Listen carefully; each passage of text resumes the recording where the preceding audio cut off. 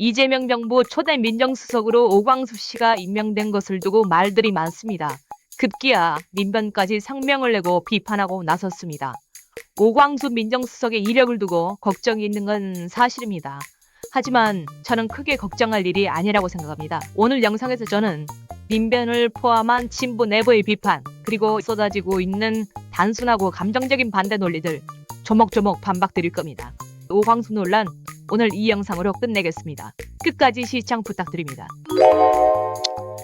민변은 검찰 출신, 특히 특수통은 검찰개혁에 어울리지 않는다 단언했습니다. 그러나 이 프레임은 지나치게 단순합니다. 권력기관 개혁의 성패는 인물의 이력이 아니라 그가 맡은 자리에서 무엇을 하느냐에 달려 있습니다.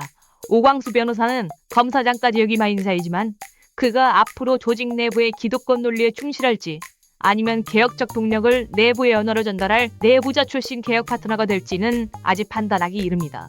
오히려 검찰을 누구보다 잘 아는 인물이 개혁의 고삐를 잡는 것이 현실적으로 효율적인 전략일 수 있습니다.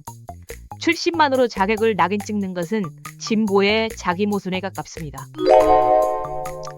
민변은 문재인 정부의 검찰개혁 실패를 거론하면서 이재명 대통령에게 같은 길을 우려했습니다. 그러나 중요한 점 하나를 간과하고 있습니다. 이재명은 문재인이 아닙니다. 문재인 대통령은 절차적 신중함과 형식적 정당성을 중시하는 원리주의적 리더에 가깝습니다. 하지만 그 과정에서 개혁의 속도와 기민함을 잃었고 결정적 순간에 강단을 보여주지 못한 측면이 있었습니다. 반면 이재명 대통령은 결단형 리더십을 가진 정치인입니다. 사법적 타격을 직접 경험한 피의자 출신 대통령으로서 검찰 권력의 현실을 누구보다 실감하고 있을 겁니다. 그는 개혁을 이념으로 외치는 것이 아니라 몸으로 겪은 문제를 실용적으로 해결하려는 정치인입니다. 그렇기 때문에 인사에 있어서 상징보다는 실행력을 중시하는 것입니다. 오광수의 기용은 그러한 현실 감각의 반응이자 결과 중심 개혁의 포석일 수 있습니다. 민변은 상징성과 국민의 신뢰가 생명이라고 말했지만 상징성만으로 국가개혁은 실현되지 않습니다.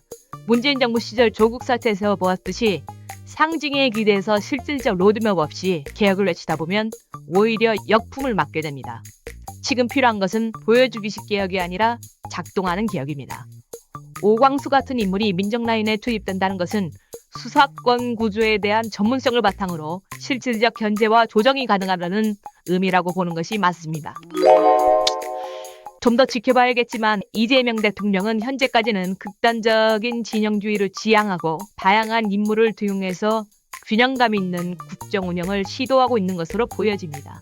이는 진보 진영 일각이 주장하는 순혈주의적 인사정책과는 결을 달리합니다. 윤석열 정부가 실패한 가장 큰 이유 중 하나는 균형 없는 진영의 독식이었습니다. 이재명 정부는 그 전체를 밟지 않겠다는 분명한 메시지를 인사를 통해 던지고 있는 것입니다.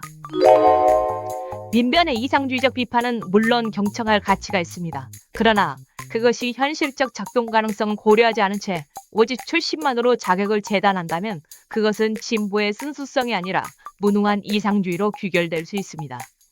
이재명 정부는 이념적 당위가 아닌 현실개혁의 유연성을 보여줘야 합니다. 오광수의 임명은 그 첫 시험대일 뿐입니다. 이재명은 문재인이 아닙니다. 문재인 때 그랬기 때문에 이번에도 그럴 것이다. 가장 중요한 것은 정부가 어떤 정책을 추진하거나 인사를 할 때 비판보다 중요한 것이 끊임없는 감시입니다. 그것은 이재명도 예외일 수는 없습니다.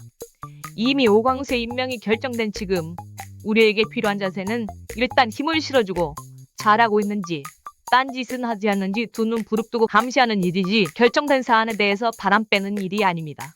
우리 다 같이 한번 잘 지켜보도록 하죠.